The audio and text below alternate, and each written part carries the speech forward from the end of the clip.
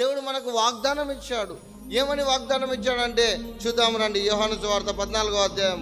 దేవుడు మనకు అద్భుతమైన వాగ్దానాన్ని ఇచ్చాడు. ఆ వాగ్దానాన్ని మనం చూద్దాం రండి. ఈ వాగ్దానము ప్రతి ఒక్కరికి దేవుడు అనుగ్రహించాడు. చూడండి, మొదటి వచనం, రెండవ వచనం చూడండి.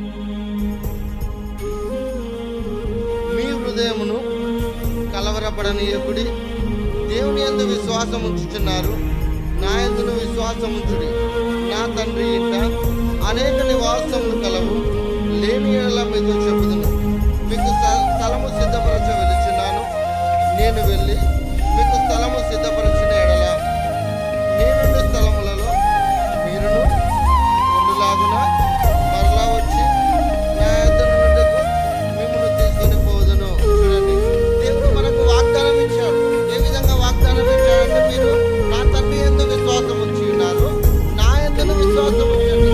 ఇదిగో నేను మీ కొరకు స్థలము సిద్ధపరచడానికి వెళ్తున్నాను. మరలా నేనుండే స్థలంలో